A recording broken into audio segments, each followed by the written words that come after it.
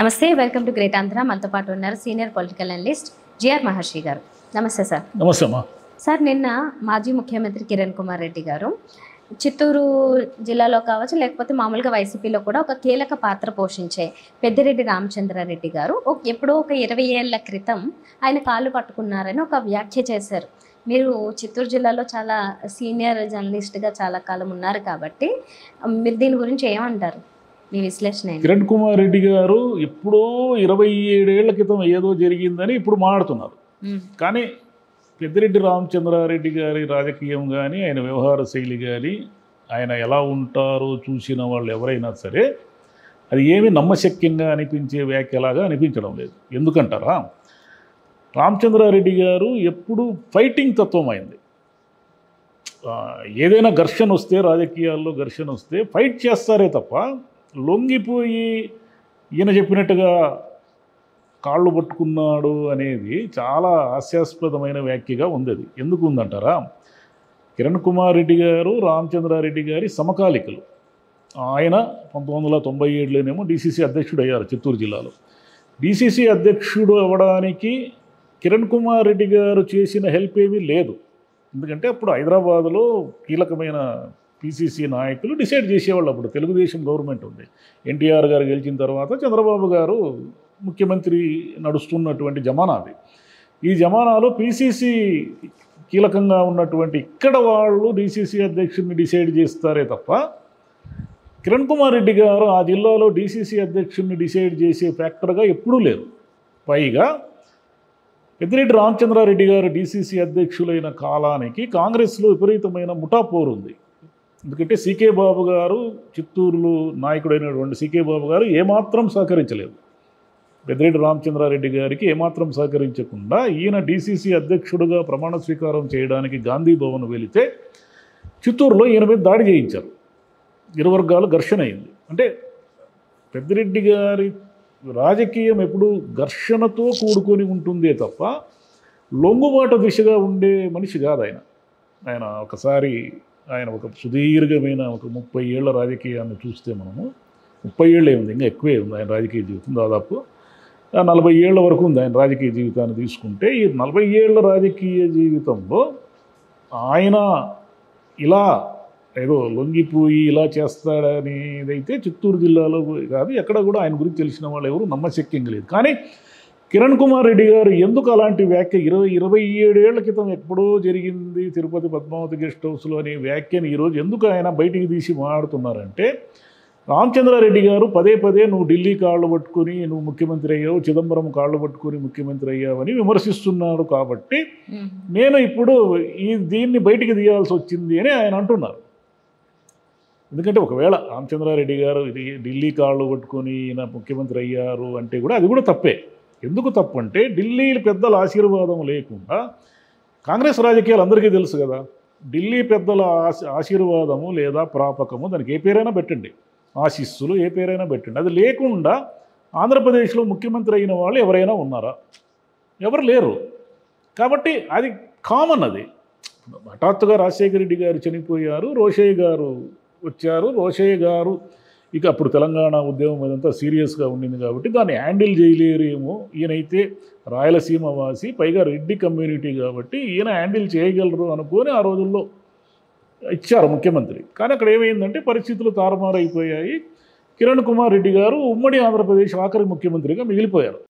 ఎందుకంటే ఆయన హ్యాండిల్ చేయలేకపోయారు కాబట్టి తెలంగాణ సులభంగా వచ్చింది. తెలంగాణ ఆయన కాకపోతే ఇంకెవరున్నా కూడా తెలంగాణ వచ్చి ఉండేది. ఎందుకంటే ప్రజల ఆకాంక్షలకు భిన్నంగా ఎంతో కాలం రాజకీయం నడవదు. ప్రజలంతా, తెలంగాణ ప్రజలందరూ కూడా గట్టిగా తెలంగాణ రాష్ట్రం కావాలి అని కోరుకున్నారు కాబట్టి అది దాన్ని ఎవరు ఆపలేరు ఇంకా. కాబట్టి కిరణ్ కుమార్ రెడ్డి గారు ఆఖరి ముఖ్యమంత్రిగా అలా మిగిలిపోయారు. కానీ ఇన్నాళ్ళు అంటే ఒక మాజీ ముఖ్యమంత్రిగా ఉన్నటువంటి ఆయన ఎందుకు ఈ రకమైన వ్యాఖ్యలు చేశారు అనేది కొంత అదేదో నవ్వులాటగా ఉంటుంది. ఎందుకంటే ఆ కాలం రాజకీయాలు తెలిసిన వాళ్ళందరికీ కూడా కిరణ్ కుమార్ రెడ్డి గారు ఆ జిల్లాలో కాంగ్రెస్ రాజకీయాల్లో చక్రం తిప్పుతున్న నేతగా ఎప్పుడూ లేరు. ఎందుకంటే కాంగ్రెస్లో ఎప్పుడూ వర్గాలు ఉండేటివి. ఈయన డీసీసీ అధ్యక్షుడుగా ఒక వర్గానికి కీలకమైన నేతగా ఉండేవాళ్ళు. కిరణ్ కుమార్ రెడ్డి గారు ఏమిటంటే పెద్దిరెడ్డి గారికి వ్యతిరేక వర్గంలోనే ఉండేవాళ్ళు. వాళ్ళిద్దరు ఎప్పుడు కలిసి లేరు. పక్క నియోజకవర్గాలే అయినప్పటికీ కూడా పీలేరు వాయలపాడు పక్క నియోజకవర్గాలే అయినా కిరణ్ కుమార్ రెడ్డి గారు పీలేరులో ఈయన ఓడించడానికి ఎంతో కొంత ప్రయత్నం చేసేవాళ్ళు. అంటే తెలియకుండా అండర్ కరెంట్గా. పెద్దిరెడ్డి గారు కూడా అలాగే కిరణ్ కుమార్ రెడ్డికి పెద్దగా సహకరించేవాళ్ళు కాదు. ఇది వాళ్ళిద్దరి మధ్య ఉన్న వైరము చాలా కాలంగా అందరికీ తెలిసిందే. కాబట్టి బద్ధ వైరులైనటువంటి కిరణ్ కుమార్ రెడ్డి గారి దగ్గర ఒక లొంగుబాటు మనస్తత్వంతో ఆయన వ్యవహరించుంటున్నాడు అనేది పచ్చి అబద్ధం. అది జరిగి ఉండే అవకాశమే లేదు. ఎందుకంటే అప్పుడు మీడియాలో ఉన్న వాళ్ళందరికీ ఏదో రకంగా తెలిసిపోతుంది కదా. మీడియాలో అప్పుడంతా ఉన్నారు కదా మీడియాలో. అంటే ఫోటోలు వీడియోలు ఉండకపోవచ్చు కానీ ఇలా జరిగింది పద్మావతి గెస్ట్ హౌస్లో అనేది అక్కడ ఏదో ఒక రకంగా సోర్సెస్లో అయినా తెలిసిపోతుంది. కాబట్టి అటువంటి టాక్, అంటే ఆయన ఏదో లొంగిపోయి బిహేవ్ చేసినాడు అనే టాక్ చిత్తూరు జిల్లాలో పనిచేసిన ఏ జర్నలిస్టు కూడా ఎప్పుడు వినలేదు. అది వాస్తవం. అదేవిధంగా ఆయన ఏమిటంటే ఆ రోజుల్లోనే సోనియా గాంధీ గారితో పెద్ద సభ పెట్టించారు. బీసీసీ అధ్యక్షుడిగా ఉన్నప్పుడు 98-99లోనే జరిగింది. అది పెద్ద సభ పెట్టించి సోనియా గాంధీ గారిని తిరుపతికి రప్పించి తిరుచానూరు రోడ్లో సభ పెట్టించారు. అప్పట్లోనే కొన్ని కోట్ల రూపాయలు ఖర్చు అయింది. ఆయన అంతా బొట్టు చేతి మీద మోశారు. కాబట్టి సోనియా గాంధీ గారిని తిరుపతికి రప్పించగలిగిన నేత ఇక్కడ కిరణ్ కుమార్ రెడ్డి గారి దగ్గర ఎందుకు లొంగుబాటు ప్రదర్శిస్తాడు? ప్రాక్టికలీ ఇంపాసిబుల్ ఒకటి. రెండోది ఏమిటంటే తెలుగుదేశం హయాంలో గట్టిగా తెలుగుదేశానికి వ్యతిరేకంగా పోరాడిన కాంగ్రెస్ పార్టీ నాయకుడుగా ఆయన పేరుంది. ఎందుకంటే ఆ రోజుల్లో మెజారిటీ జెడ్పీటీసీలని గెలిపించి జెడ్పీ చైర్మన్ పదవిని కాంగ్రెస్ పార్టీ ఆ రోజు రెడ్డెమ్మ అనే ఆవిడ్ని, పెద్దిరెడ్డి గారి అభ్యర్థిగా ఆ రోజు రెడ్డెమ్మ అనే ఆవిడ్ని జెడ్పీ చైర్మన్గా ఎన్నుకున్నారు. జెడ్పీ చైర్మన్గా ఎన్నుకోవడం వెనుక కూడా బోలెడు రాజకీయం జరిగింది. ఎందుకంటే సీకే బాబు గారు తన వర్గానికి సంబంధించిన 3 జెడ్పీటీసీలను ఆయన అండర్గ్రౌండ్లో దాచిపెట్టేసి వీళ్ళకి సహకరించకపోతే పిసిసి చీఫ్గా సత్యనారాయణరావు గారు తిరుపతి భీమాస్ హోటల్లో పెద్ద మీటింగ్ పెట్టి అట్లా కాదు, కాంగ్రెస్ పార్టీ ఎలాగైనా గెలవాల్సిందే, డిసిసి అధ్యక్షుడుగా ఆయన అభ్యర్థిని గెలిపించాల్సిందే అని ఒక హుకుం జారీ చేస్తే అప్పుడు రెడ్డెమ్మ గారు జెడ్పీ చైర్మన్ అయ్యారు. అలా చాలా విషయాలు, చాలా రాజకీయాలు తీసుకుంటే ఇప్పుడు ఆయన ఏదో అన్నారని ఈయన ఏదో ఎప్పుడో 27 ఏళ్ల క్రితం ఇది జరిగింది అని చెప్పడం కూడా కిరణ్ కుమార్ రెడ్డి గారు కూడా కొంత ఉందాగానే మాట్లాడతారు. ఎప్పుడు నోరు జారి మాట్లాడే మనిషి కాదు. కానీ కొన్నేళ్ల తర్వాత ఇప్పుడు బీజేపీ అభ్యర్థిగా నిలబడ్డారు. వరుసగా ఆయన తమ్ముడు 2 సార్లు ఓడిపోయాడు. ఆయన ఏదో పార్టీ పెట్టి విఫలమయ్యారు. అంటే మాజీ ముఖ్యమంత్రుల్లో ఒక రకంగా చెప్పాలంటే విఫల నేత కింద చూడాలి ఆయన్ని. ఎందుకంటే ఒక మాజీ ముఖ్యమంత్రిగా ఆయన చాలా కాలం రాజకీయాల నుంచి తప్పుకునేశారు కదా. అసలు పార్టీ పెట్టడమే తప్పు. ఈ రోజుల్లో పార్టీ పెడితే దానికి ఎంత శక్తి సామర్థ్యాలు కావాలా. పోనీ పీలేరుకి ఆయన ఎంతో కొంత చేసినా కూడా అక్కడ కూడా జనం ఆయన గెలిపించలేదు. ఆశ్చర్యకరంగా అంత మునుపు ఓడించారు, లాస్ట్ టైం ఓడించారు. సరే, ఇప్పుడు తమ్ముడు తెలుగుదేశం పార్టీ తరఫున పోటీ చేస్తున్నారు. ఈయన బీజేపీ అభ్యర్థిగా రాజంపేట ఎంపీగా పోటీ చేస్తున్నారు. ప్రాబ్లం ఏమిటంటే పెద్దిరెడ్డి గారి అబ్బాయే ఈయన ప్రత్యర్థి. పెద్దిరెడ్డి గారి అబ్బాయి మిథున్ రెడ్డి వర్సెస్ కిరణ్ కుమార్ రెడ్డి నడుస్తూ ఉంది ఇప్పుడు. కాబట్టి కిరణ్ కుమార్ రెడ్డి గారు ఆయన డిఫేమ్ చేయడం వల్ల తాను రాజకీయ లబ్ధి పొందాలి అని ఆలోచించే దిశగా ఈ వ్యాఖ్యలు చేసి ఉంటారని అనిపిస్తూ ఉంది. ఎందుకంటే బీజేపీకి అక్కడేం బలం లేదు. తెలుగుదేశం బలంతోనే బీజేపీకి లేదు, జనసేనకి లేదు. రాజంపేట అనేది టఫ్ నియోజకవర్గం. అది దాంట్లో ఏమిటంటే వీళ్ళ పెద్దిరెడ్డి గారికి సంబంధించిన కీలకమైన నియోజకవర్గాలు 2 ఉన్నాయి. ఒకటి తంబళ్ళపల్లిలో పెద్దిరెడ్డి గారి సోదరుడు ద్వారకనాథ్ రెడ్డి ఎమ్మెల్యేగా ఉన్నారు. ఇప్పుడు కూడా ఆయనే పోటీ చేస్తున్నారు. 2 పొంగనూరులో పెద్దిరెడ్డి గారు అది కంచుకోటలాగా ఉంది ఆయనకి. ఎందుకంటే వరుసగా ఆయనే గెలుస్తూ వచ్చారు పొంగనూరులో. కాబట్టి ఈ 2 నియోజకవర్గాలు ఇప్పుడు పీలేరు వీళ్ళకి కొంత బలం ఉండేది. మిగతావన్నీ కూడా తెలుగుదేశం బలంతో నెగ్గుకు రావాల్సిందే.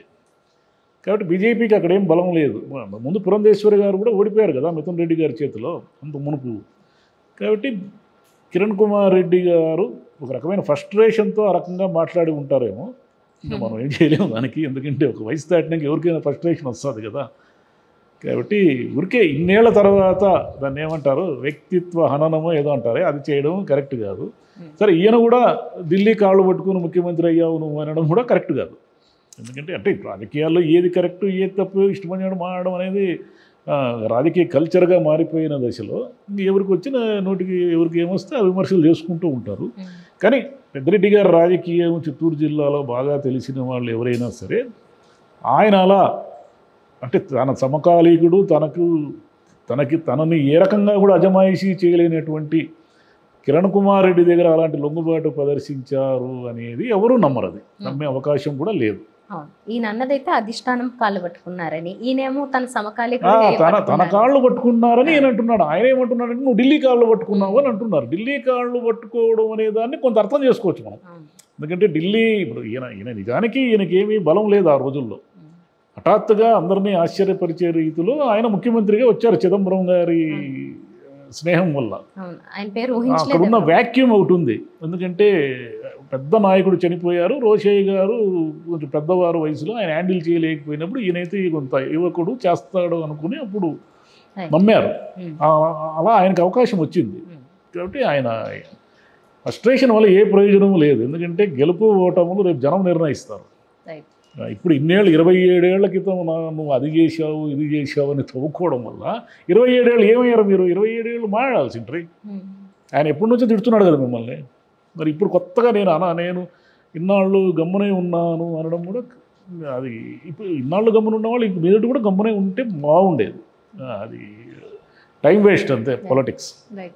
థ్యాంక్ యూ థ్యాంక్ యూ మా.